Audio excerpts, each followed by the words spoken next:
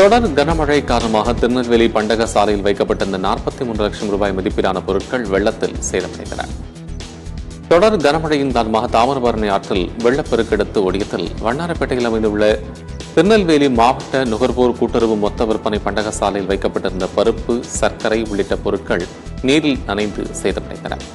இதனுடன் ரேஷன் கடை உபகரணங்கள், மற்ற பொருட்கள் என மொத்த மதிப்பு 1 கோடி ரூபாயை தாண்டும் என்று சேதத்தின் மதிப்பு குறித்து ஊழியர்கள் தெரிவித்துள்ளனர்.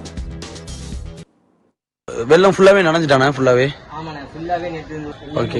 உள்ள என்ன 1000 3 அளவுக்கு தண்ணி உள்ள ஃபுல்லா வந்து எல்லாமே மொத்த பொருள் வந்து 2 கம்ப்யூட்டர் ஃபுல்லாவே உள்ள முங்கி வச்சிருந்தாங்க.